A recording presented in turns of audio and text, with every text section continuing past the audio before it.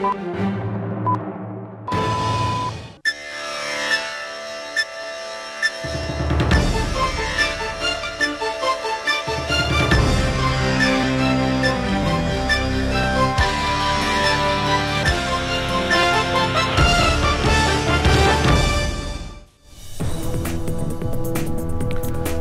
আলাইকুম প্রিয় দর্শক, আপনাদেরকে শুভেচ্ছা আমন্ত্রণ জানাচ্ছি চ্যানেল আই সংবাদে। আর এখনকার সংবাদ নিয়ে আপনাদের সাথে আছি আমি খায়রুল বাশার। বিস্তারিত সংবাদের শুরুতেই জানিয়ে দিচ্ছি ফ্রেশ আটা ময়দা সুজি সংবাদ শিরোনামগুলো। দেশে ধর্মীয় সম্প্রীতি ও সৌহার্দ্যপূর্ণ পরিবেশ বজায় রাখার অঙ্গীকার, জন্মাষ্টমীতে সব ধর্মীয় উৎসব উদযাপনে সশস্ত্র বাহিনীর পাশে থাকার ঘোষণা। নির্বাচন নিয়ে শঙ্কা প্রকাশকারীরা গণতন্ত্রের পক্ষের শক্তি নয় বলছে বিএনপি, ভোটে বাধা দিলে মানুষ রুখে দাঁড়াবে, সতর্কতা। জাতীয় নির্বাচন নয়, একমাত্র গণপরিষদ নির্বাচনের পক্ষে এনসিপি, অন্তর্বর্তী সরকারকেই জুলাই সনদ বাস্তবায়ন করতে হবে দাবি। সবুজের সাজে বাংলাদেশ স্লোগানে কুষ্টিয়ায় প্রকৃতি ও জীবন ক্লাবের বৃক্ষরোপণ বিতরণ, বাস্তুতন্ত্র রক্ষায় অভিযাত্রা ত্বরান্বিত করবে প্রত্যাশা।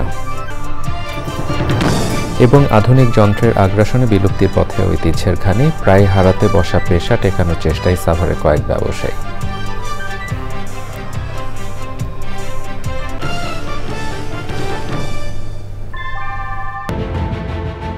Primacy inbuilt.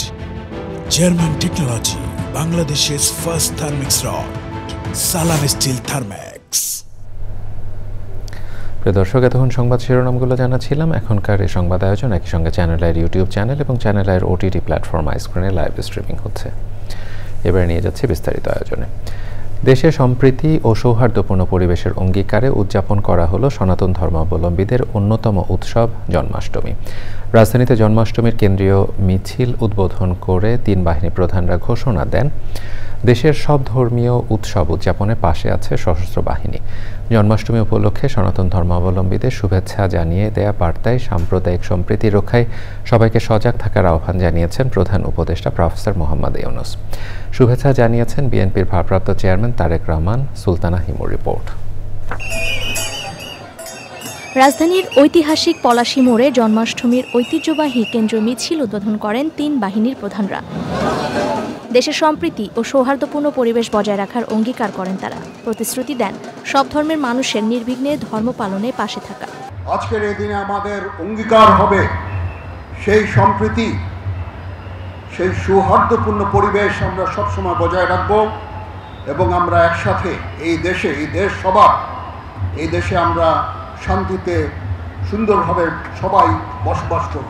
আর এই দেশকে আগামী প্রজন্মের জন্য একটি সুখী ও সমৃদ্ধশালী দেশ হিসেবে গড়ে তুলতে আমরা সবাই বদ্ধপরিকর।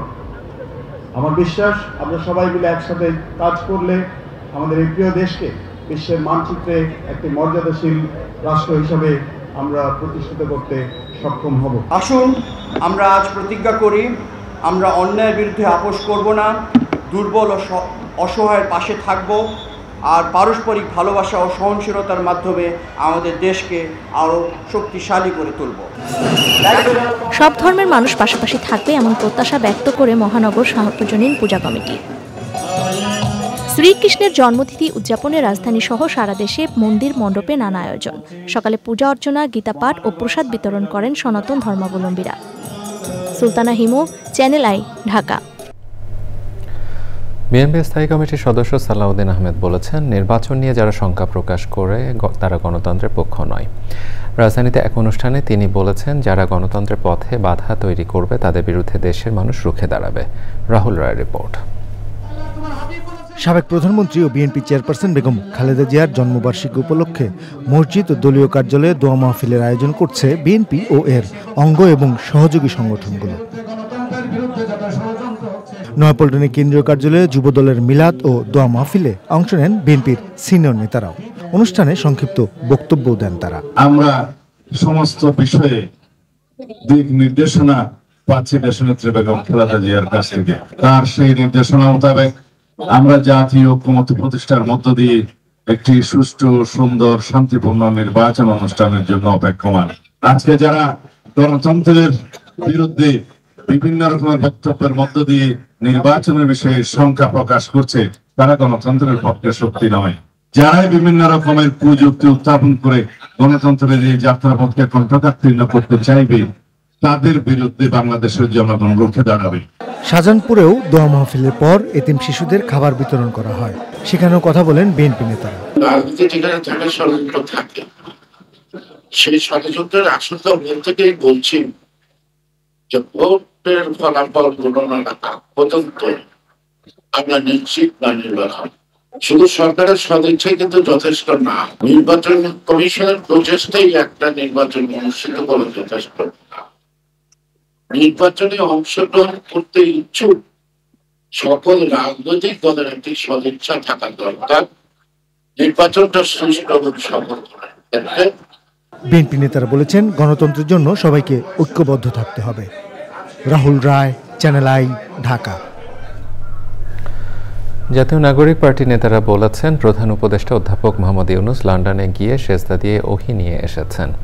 রাজধানীর বাংলা মোটরে দলটির আলোচনা সভায় নেতারা বলেন, বর্তমান সংকট নিরসনে একমাত্র সমাধান গণপরিষদ নির্বাচন। তারেক রহমানকে ইঙ্গিত করে এনসিপি নেতারা আরও বলেন, অতীত থেকে শিক্ষা নিয়ে অনলাইনে বক্তব্য দেয়া থেকে বিএনপিকে বের হয়ে আসতে হবে।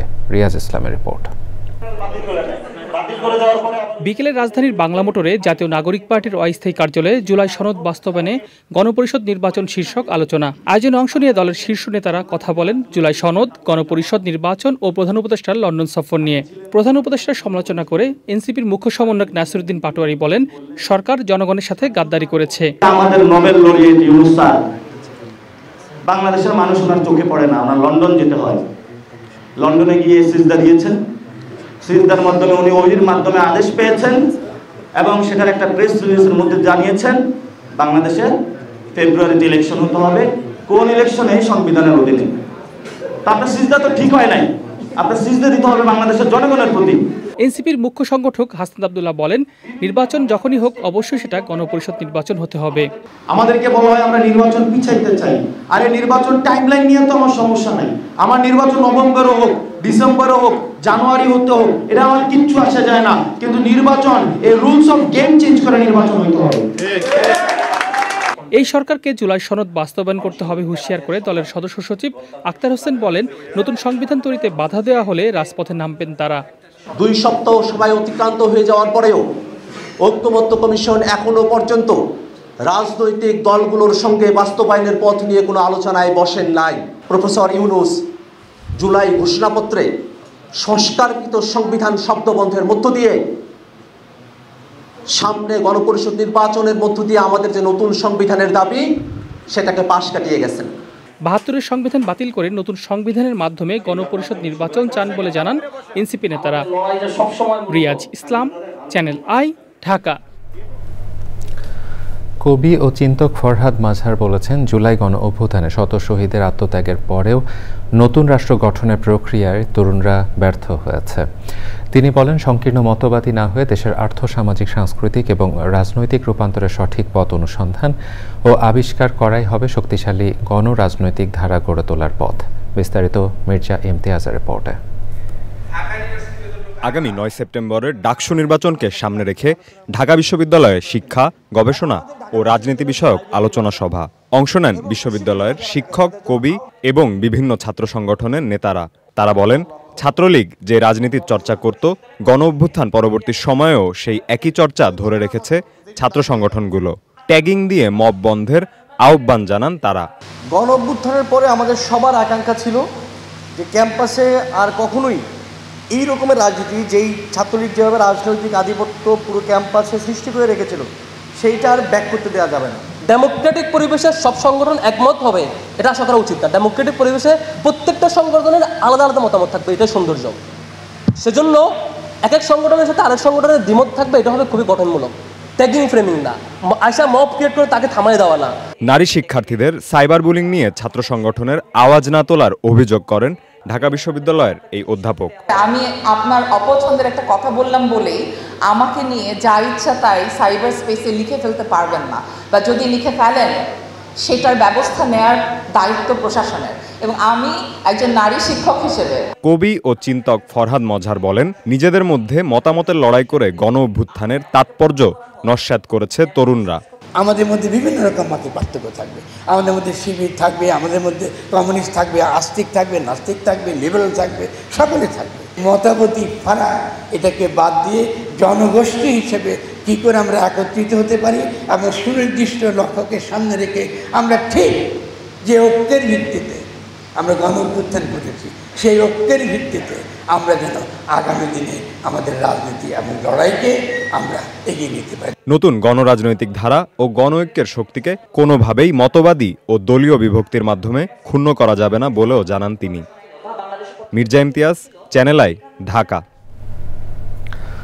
প্রধান উপদেষ্টা বিশেষ সহকারী ডক্টর আনিসুজ্জামান চৌধুরী বলেছেন, তৈরি পোশাক শিল্প মালিকরা সরকারকে কবজায় নিয়ে নেয় দেশে অন্য কোনো শিল্প বড় হতে পারেনি। জাহাজ নির্মাণ শিল্প নিয়ে এক আলোচনায় তিনি আরও বলেন, নীতি নির্ধারকদের খুশি রাখতে পোশাক শিল্প মালিকরা শেখ হাসিনা সরকার বারবার দরকার বলে স্লোগান দিতেন। নাগরিকদের স্পর্শকাতর তথ্য উপাত্তের নিরাপত্তা নিয়েও প্রশ্ন তোলেন তিনি। রিজভি নেওয়াজের রিপোর্ট। জাহাজ নির্মাণ শিল্পের সমস্যা ও সম্ভাবনা নিয়ে রাজধানীতে আলোচনা। International business forum of Bangladesh IBFBর আয়োজনে খাতটির বিভিন্ন বিষয় তুলে ধরেন অর্থনীতিবিদ ডক্টর জায়েদ সাত্তার।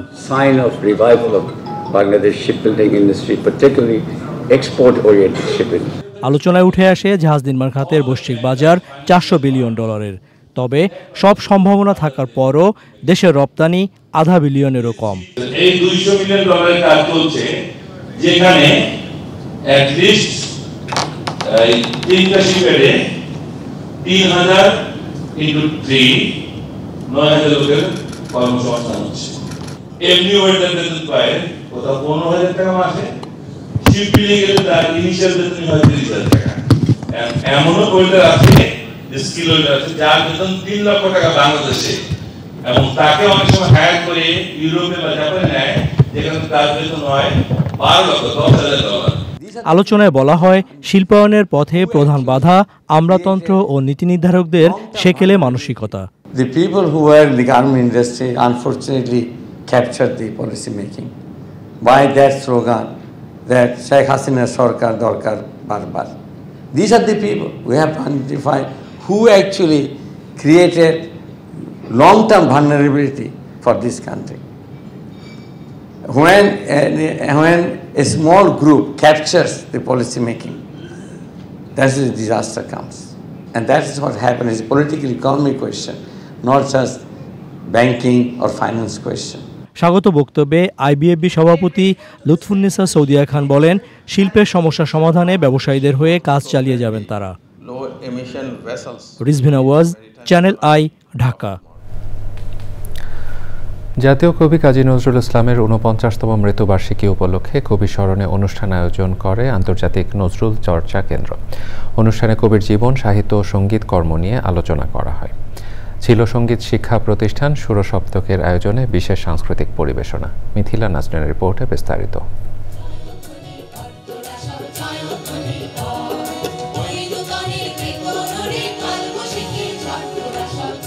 দ্রোহের কবি কাজী নজরুল ইসলাম, বাঙালি জীবনের প্রতিটি ক্ষেত্রে তার উপস্থিতি বর্তমান। কবির ৪৯তম মৃত্যুবার্ষিকী স্মরণে নজরুল ইনস্টিটিউট ভবন মিলনায়তনে অনুষ্ঠান আয়োজন।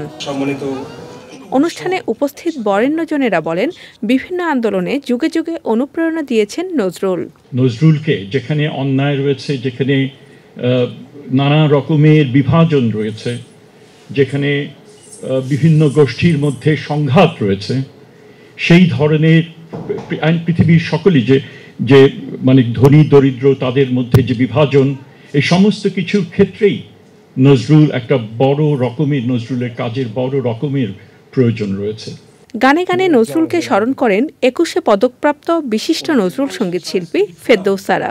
যার কথা আমরা জাতীয় কবি বলেই হৃদয়ে ধারণ করতাম, এখন সেটা গেজেটেড।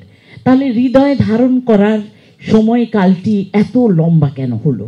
আমায় দিয়ে কারোর ক্ষতি হয় না যেন দুনিয়ায়।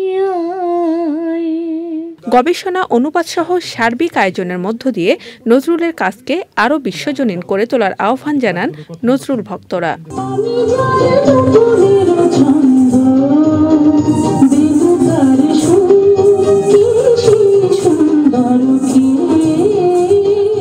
Mithila Naznin, channel I, Dhaka.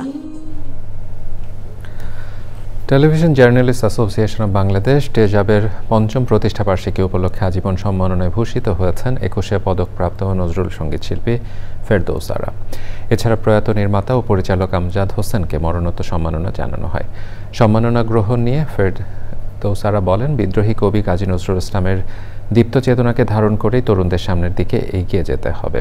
প্রতিষ্ঠাবার্ষিকীর আয়োজনে বাংলাদেশের অর্থনৈতিক সমৃদ্ধিতে পর্যটন শিল্পের সম্ভাবনা শীর্ষক আলোচনা অনুষ্ঠিত হয়।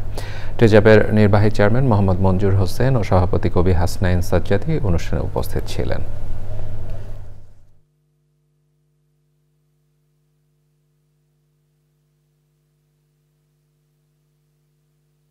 তারুণ্যের মধ্যেই আছে উদ্দীপনা, এগিয়ে যাবার সেই উদ্দীপ্ত রক্ত স্ফুলিঙ্গে জাগানো সেই ভাষা।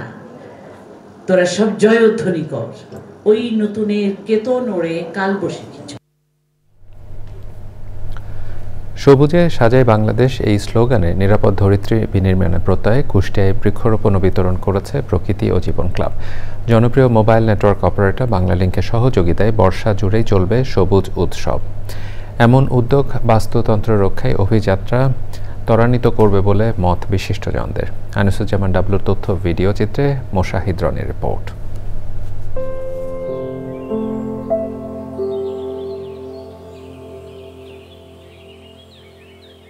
নির্বিচার প্রকৃতি ধ্বংস, দূষণ আর চলমান বৈশ্বিক উষ্ণতা নিরসনে সব মহলেই যখন সবুজের বন্দনা, তখন প্রকৃতি ও জীবন ক্লাবের দেশব্যাপী বৃক্ষরোপণ ও বিতরণ। এরই ধারাবাহিকতায় কুষ্টিয়াতে বাংলালিংকের সহযোগিতায় বৃক্ষরোপণের পাশাপাশি কুষ্টিয়া কালেক্টরেট স্কুলের সহস্রাধিক শিক্ষার্থীর মাঝে বিতরণ করা হয়েছে নানা পদের দেশীয় গাছের চারা। সবুজে সাজাই বাংলাদেশ এই প্রতিপাদ্যে কুষ্টিয়ায় বৃক্ষরোপণ কর্মসূচি পালন করেছে প্রকৃতি জীবন ক্লাব। এই যে গাছ আমরা লাগাই, এই গাছের যে কত ধরনের উপকারিতা সেটা কিন্তু বলে শেষ করা যায় না। 1 একর বন কার্বন ডাই অক্সাইড শুষে নিচ্ছে 6 টন আর 4 টন অক্সিজেন তৈরি করছে। ভাবা যায় এই ধরনের একটি বিশাল কাজ করছে আমাদের চোখের অন্তরালে। আসুন এই বর্ষায় আমরা হাতে হাত মিলিয়ে সারা বাংলাদেশে এই বৃক্ষরোপণ কর্মসূচিকে এগিয়ে নিয়ে যাই এবং বাংলাদেশটাকে সবুজে ছেয়ে ফেলি। হরেক রকম দেশীয় ফলদ, বনজ ও ঔষধি গাছের চারা পেয়ে উচ্ছ্বসিত শিক্ষার্থীরা। গাছ আমাদের প্রচুর অক্সিজেন দেয়, এই গাছ ছাড়া আমরা বাঁচতে পারি না। পৃথিবীতে গাছ ছাড়া কিছুই নেই। গাছ আমাদের বেঁচে থাকার জন্য একটা গুরুত্বপূর্ণ অংশ হিসেবে কাজ করে। আমরা গাছ পেয়েছি, গাছ পেয়ে অনেক আনন্দিত। জলবায়ু পরিবর্তনের অভিঘাত মোকাবেলায় প্রকৃতি ও জীবন ক্লাবের দেশব্যাপী এমন মহতী উদ্যোগ আরও সম্প্রসারণের দাবি বিশিষ্টজনদের। এই কর্মযজ্ঞ যে সারা বাংলাদেশ ব্যাপী যে প্রকৃতি ও জীবন ক্লাব করছে, এটা নিঃসন্দেহে প্রশংসনীয় দাবিদার। আমাদের প্রত্যেকটি শ্রেণী পেশাকেই এই ধরনের উদ্যোগে আগ্রহী হওয়া উচিত। আর যেহেতু চ্যানেল আই এই কাজটি করছে, চ্যানেল আইকে আমার ব্যক্তিগত পক্ষ থেকে এবং আমাদের এই স্কুলের পক্ষ থেকে আমি ধন্যবাদ জানাচ্ছি। শুধু বৃক্ষরোপণে থেমে না থেকে দীর্ঘমেয়াদে পরিচর্যা ও সংরক্ষণের পাশাপাশি নিজেদের চারপাশ দূষণমুক্ত রাখার প্রয়োজনীয়তা তুলে ধরেন উপস্থিত সুধীজনরা। Moshahid Roni, channel I. গরু বা বলদ টেনে চালাচ্ছে কাঠের ঘানি, ফোঁটা ফোঁটা বের হচ্ছে সরিষার তেল। এটা ছিল প্রাচীন বাংলার এক সময়ের পরিচিত দৃশ্য। ঘানি ভাঙা তেলের স্বাদ, গন্ধ আর পুষ্টিগুণ ছিল অতুলনীয়। কিন্তু সময়ের সাথে সাথে আধুনিক যন্ত্রের আগ্রাসনে ঘানি এখন খুব একটা চোখে পড়ে না। তবে কেউ কেউ এখনও ধরে রাখার চেষ্টা চালিয়ে যাচ্ছেন পুরনো ঐতিহ্যময় এই পোশাকে। বিস্তারিত শাইখ সিরাজের রিপোর্ট।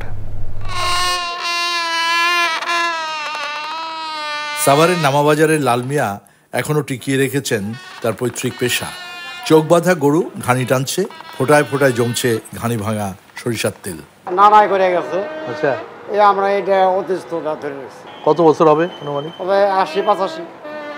আর আপনি এখানে কাজ করতেছেন কত বছর? এখানে কাজ করছি 25 বছর। প্রায় হারাতে বসা ঐতিহ্যের এই পেশা এখনো টিকিয়ে রাখার চেষ্টা চালিয়ে যাচ্ছেন নামাবাজারের আরো কয়েকজন। টেকনোলজির যুগে, এই যুগে এই ঘানিকে কতদিন ধরে রাখবেন এই ঐতিহ্যকে? এখন স্যার মানুষ যদি এটারে গ্রহণ করে, যতদিন খাবে আমরা ততদিন চেষ্টা করবো রাখতে। গরুটা না চললেও একটা রেখে দিতে পারি। পাশের দোকানে চলছে মেশিনের ঘানি। গরুতে টানা ঘানির তেলের ওটা 280 টাকা। 280 আর আপনারটা 190। গরু টানা ঘানিতে ঘন্টার পর ঘন্টা শ্রম দিয়ে যে তেল তৈরি হয় তার দাম মেশিনের তৈরি তেলের চেয়েও মাত্র 100 টাকা বেশি। কিন্তু এখানে সময় আর শ্রমের বিনিয়োগ বহুগুণ। প্রত্যেক দিন একটা ঘানিতে 50 টাকা থাকবে, তাতে আমার প্রত্যেক দিন একটা ঘানিতে যদি 8টা ঘানি হয় তাতে আমার 400 টাকা থাকবে, আমার 5 টাকা আছে 2000 টাকা থাকবে। বিশ্বের অনেক দেশেই তাদের ঐতিহ্য রক্ষায় বিশেষ ব্যবস্থা নিচ্ছে, অথচ আমাদের দেশে এই পেশার মানুষগুলো হারিয়ে যাচ্ছে সহায়তার অভাবে। শস্যের দানা থেকে বিন্দু বিন্দু করে সোনালি তেল এর পেছনের উৎপাদনের যে শ্রম তা সোনার মতোই দামি। বিশ্ব দরবারে এই ঐতিহ্যগুলো তুলে ধরা খুব প্রয়োজন। এতে মিলবে মূল্য সংযোজন, একইভাবে টিকবে আমাদের ঐতিহ্য। সাভারের নামাবাজার থেকে শাইখ সিরাজ, চ্যানেল। এবারে আই স্পোর্টস।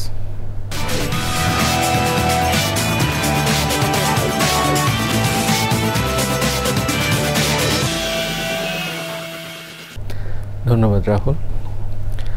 জোরাইনে একটি ডাস্টবিনে ফেলে দেয় এক নবজাতককে, আর জন্মের সময় মায়ের মৃত্যু, তার উপর চতুর্থ কন্যা সন্তান হওয়ায় দরিদ্র পিতা নিতে চাননি আরেক শিশু সন্তানকে। সবার ভালোবাসায় এখন এই দুই শিশু বড় হয়ে উঠছে একটি হাসপাতালে।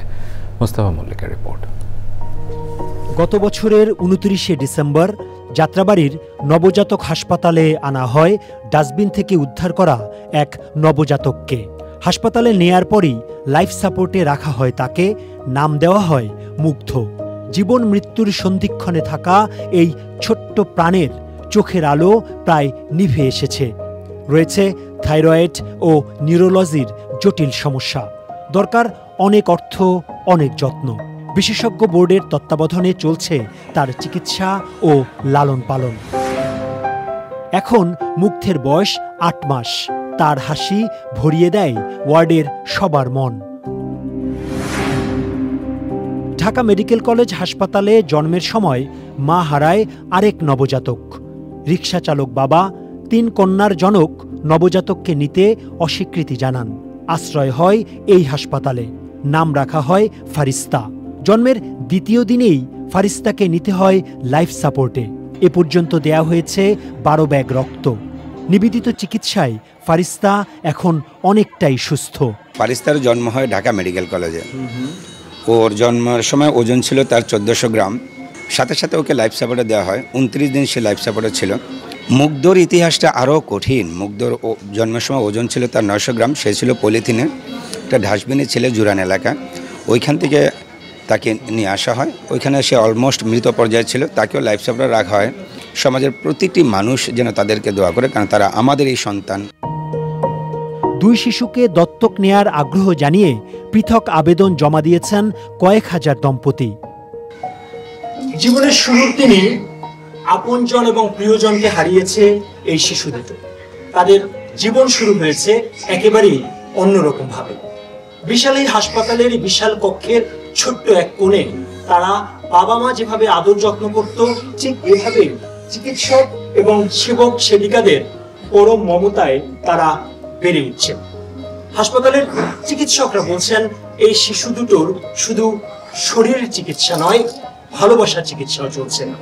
এই শিশু দুটো যাতে বেঁচে থাকে এবং খুব সুন্দর একটা সমাজ পায়, সেই প্রত্যাশাই করছেন এই হাসপাতালের সবাই। ঢাকার কিছুটা দূরে নবজাতক হাসপাতাল থেকে মোস্তফা মল্লিক, চ্যানেল। প্রিয় দর্শক, আমাদের এর পর্যায়ে নিচ্ছে একটি বিরতি। বিরতির পরে দেখবেন 3 ঘন্টার বৈঠকেও ইউক্রেন যুদ্ধ বন্ধে চুক্তিতে পৌঁছতে পারেনি ট্রাম্প পুতিন। ওয়াশিংটনে ট্রাম্প জেলেনস্কি বৈঠক সোমবার।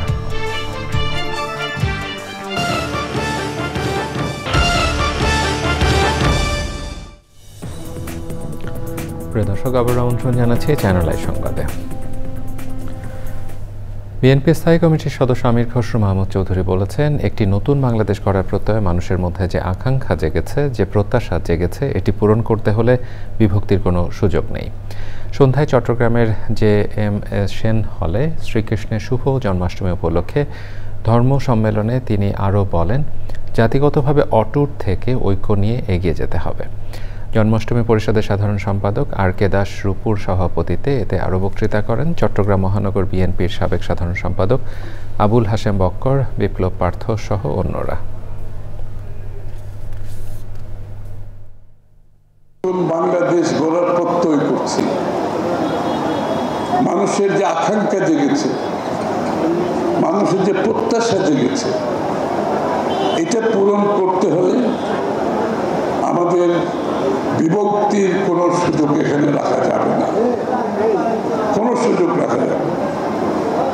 আমরা জাতিগতভাবে দেশ হিসাবে আমাদের অটুট ঐক্য থাকতে হবে। আজকে যারা নতুন বাংলাদেশের কথা বলছে, তাদেরকেও তাদের আচরণে কথাবার্তায় সাংস্কৃতিক পরিবর্তন আনতে হবে। Chittagong city mayor doctor Shahadat Hossain বলেছেন, সব ধরনের মানুষের নিরাপত্তা নিশ্চিত করে সবাইকে সাথে নিয়ে চট্টগ্রামকে ক্লিন, গ্রিন, হেলদি ও সেফ সিটি করতে চান তিনি। চট্টগ্রাম সিটি কর্পোরেশনের জন্মাষ্টমী উদযাপন পরিষদের অনুষ্ঠানে তিনি আরও বলেন, এখানে কারো প্রতি হিংসা, বিদ্বেষ বা সহিংসতার কোনো স্থান থাকবে না। চট্টগ্রাম থিয়েটার ইনস্টিটিউট হলে প্রকৌশলী প্রবাল রক্ষিতের সভাপতিত্বে অনুষ্ঠানে আরও উপস্থিত ছিলেন সাবেক MP রুমিন ফারহানা, ভারতীয় সহকারী হাইকমিশনার ডাক্তার রাজীব রঞ্জন, চসিক প্রধান নির্বাহী কর্মকর্তা শেখ মোহাম্মদ তৌহিদুল ইসলাম সহ অন্য কর্মকর্তারা। যে এই দুষ্টদের বিরুদ্ধে আমাদেরকে এগিয়ে যেতে হবে, বিরুদ্ধে আমাদেরকে সবসময় প্রতিবাদ করতে হবে, আর যারা ভালো লোক তাদেরকে আমাদেরকে নার্সিং করতে হবে। কাজে এই কনসেপ্টটা যদি আমরা ধারণ করতে পারি, তাহলে আমি যে থিম অথবা আমরা যেটা চিন্তা করছি, এই শহর, সমাজ, রাষ্ট্রটাকে পরিবর্তন করার জন্য পার্সোনালি চট্টগ্রাম সিটি কর্পোরেশনে আমরা যে কথাটি বলছি, clean city, green city, healthy city, safe city, এই জায়গায় আমরা এই শহরটাকে ওইভাবে এস্টাবলিশ করতে। বিএনপি চেয়ারপারসন ও সাবেক প্রধানমন্ত্রী বেগম খালেদা জিয়ার জন্মবার্ষিকী উপলক্ষে যুক্তরাজ্যের পূর্ব লন্ডনের ব্রিকল্যান্ড জামে মসজিদে মিলাদ ও দোয়া মাহফিলের আয়োজন করা হয়। বেগম খালেদা জিয়ার সুস্থতা কামনা করে লন্ডন বিএনপির উদ্যোগে আয়োজিত মিলাদ মাহফিলে অংশ নেন যুক্তরাজ্যের লন্ডন শাখা সভাপতি M A মালেক, মাহিদুর রহমান, আবুল হোসেন রাজ সহ অন্যরা। লন্ডন থেকে শাহ এমি হোসেনের রিপোর্টে বিস্তারিত। বাংলাদেশ জাতীয়তাবাদী দল বিএনপির চেয়ারপারসন ও সাবেক প্রধানমন্ত্রী বেগম খালেদা জিয়ার ৮০তম জন্মবার্ষিকী উপলক্ষে পূর্ব লন্ডনের ব্রিকল্যান্ড জামে মসজিদে বেগম জিয়ার সুস্থতা কামনা করে যুক্তরাজ্য লন্ডনের বিএনপির উদ্যোগে খতমে কোরআন, মিলাদ ও দোয়া মাহফিলের আয়োজন করে। মিলাদ মাহফিলে যুক্তরাজ্য লন্ডনের বিএনপি শাখার প্রেসিডেন্ট M A মালেক, মাহিদুর রহমান, আবুল হোসেন রাজ সহ বিশিষ্ট জনেরা দোয়ায় অংশ নেন। গত 15 বছরে ফেসিস্টরা এই জন্মদিন পালন করতে দেয়নি, তারপরে আমরা যুক্তরাজ্যে আমরা পালন করেছি। এটা কন্টিনিউ আমরা ধর্ম মূল্যবোধে বিশ্বাস করে বিএনপি, এবং সেই হিসাবে বিএনপি পরিবার, প্রত্যেকটা ধর্মের মানুষ, আমরা মসজিদে, কেউ বিভিন্ন রিলিজিয়াস প্লেসগুলিতে তারা আজকের এই দিবসটি উদযাপন করছে। দেশনেত্রী মা বেগম খালেদা জিয়ার ৮০তম জন্মবার্ষিকী উপলক্ষে মিলাদ মাহফিলের আয়োজন করা হয়েছে। আমরা এখানে সবাই ওনার জন্য দোয়া করছি এবং দেশের যত শহীদগণ আছেন সকলের জন্য দোয়া করছি। উক্ত অনুষ্ঠানে সকলেই তাদের প্রিয় নেত্রীর সুস্থতা কামনা করেন। শাহ এমি হোসেন, চ্যানেল আই, লন্ডন। এবারে নিটোল টাটা আন্তর্জাতিক সংবাদ।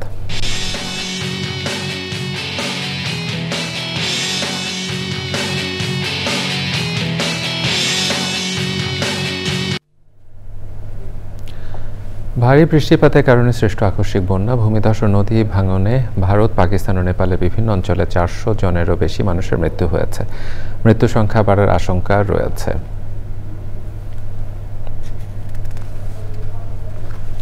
পাকিস্তানের মৃতের সংখ্যা 300 ছাড়িয়েছে। এছাড়া ভারত অধ্যুষিত কাশ্মীরে মারা গেছে অন্তত 60 জন। নেপালে মৃত্যু হয়েছে কমপক্ষে 41 জনের। পাকিস্তানে বন্যা কবলিত এলাকায় উদ্ধার অভিযানে পাঠানো একটি হেলিকপ্টার বিধ্বস্ত হয়ে 5 উদ্ধারকর্মী নিহত হয়েছেন বলে জানিয়েছে দেশটির সংশ্লিষ্ট কর্তৃপক্ষ।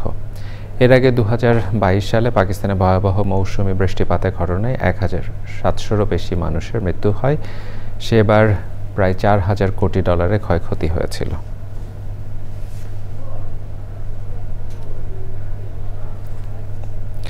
আলাস্কায় প্রায় 3 ঘন্টার বৈঠকের পর ইউক্রেন যুদ্ধ বন্ধে কোনো সিদ্ধান্ত বা চুক্তিতে পৌঁছাতে পারেনি মার্কিন প্রেসিডেন্ট ডোনাল্ড ট্রাম্প ও রুশ প্রেসিডেন্ট ভ্লাদিমির পুতিন। ট্রাম্প বলছেন চূড়ান্ত শান্তি চুক্তির আগে কোনো অন্তর্বর্তী চুক্তি হবে না। ইউক্রেন যুদ্ধের মূল কারণগুলো নিরসন চান পুতিন। ওদিকে যুদ্ধবিরতি নয়, স্থায়ী শান্তি চান ইউক্রেনের প্রেসিডেন্ট ভ্লাদিমির জেলেনস্কি। সোমবার ওয়াশিংটনে ডোনাল্ড ট্রাম্পের সঙ্গে বৈঠকে বসবেন তিনি। এবারে ঢাকা ব্যাংক পিএলসি বাণিজ্য সংবাদ।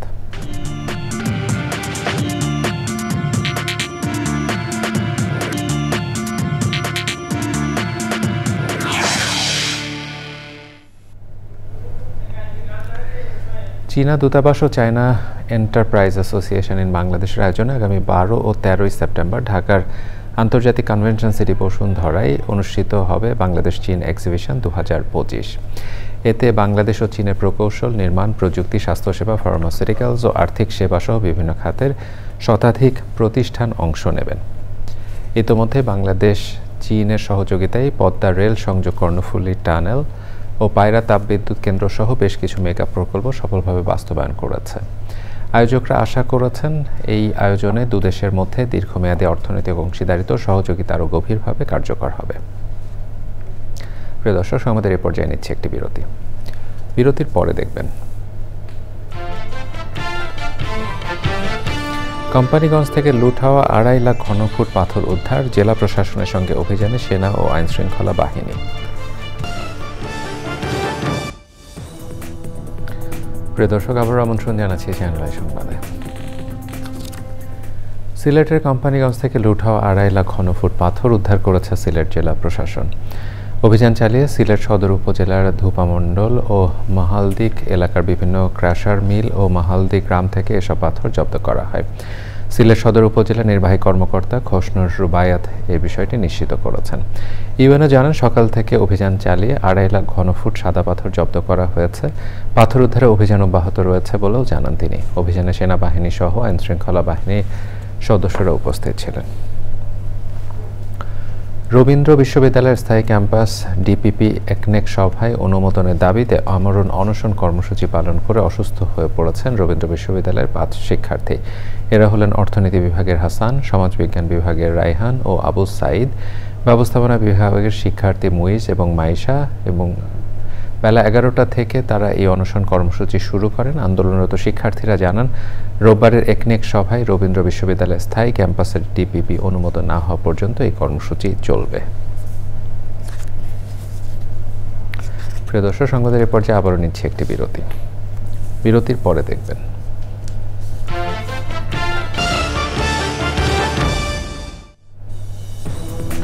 প্রিয় দর্শক, আবারও আমন্ত্রণ জানাচ্ছি চ্যানেল আই সংবাদে। ক্যামব্রিজ ইংলিশ ও এডুক্যান ইন্টারন্যাশনালের যৌথ উদ্যোগে ক্যামব্রিজ ইংলিশের সার্টিফিকেট অ্যাওয়ার্ড সেরেমনি অনুষ্ঠিত হয়েছে। ইন্টারন্যাশনাল কনভেনশন সিটি বসুন্ধরাতে আয়োজিত এই অনুষ্ঠানে দেশের বিভিন্ন শিক্ষা প্রতিষ্ঠানের 688 জন শিক্ষার্থী অংশ নেন। অনুষ্ঠানে প্রধান অতিথি ছিলেন ব্র্যাক ইউনিভার্সিটির উপাচার্য প্রফেসর ডক্টর সৈয়দ ফেরহাত আনোয়ার। বিশেষ অতিথি ছিলেন ব্রিটিশ কাউন্সিলের এডেক্সের ডিরেক্টর ম্যাক্সিম রেইমান সহ বিশিষ্টজনেরা।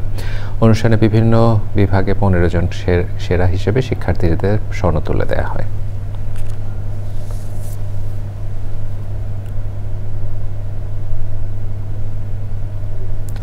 দর্শক, এবারে খেলার খবর।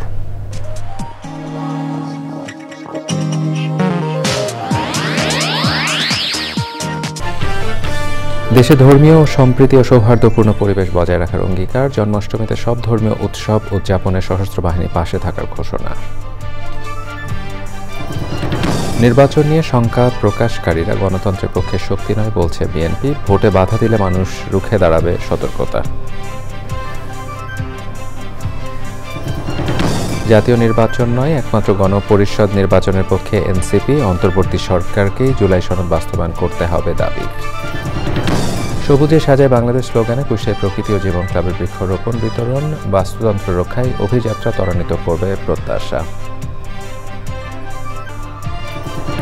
এবং আধুনিক যন্ত্রের আগ্রাসনে বিলুপ্তির পথে ঐতিহ্যের ঘানি, প্রায় হারাতে বসা পেশা টেকানোর চেষ্টায় সাভারে কয়েক ব্যবসায়ী।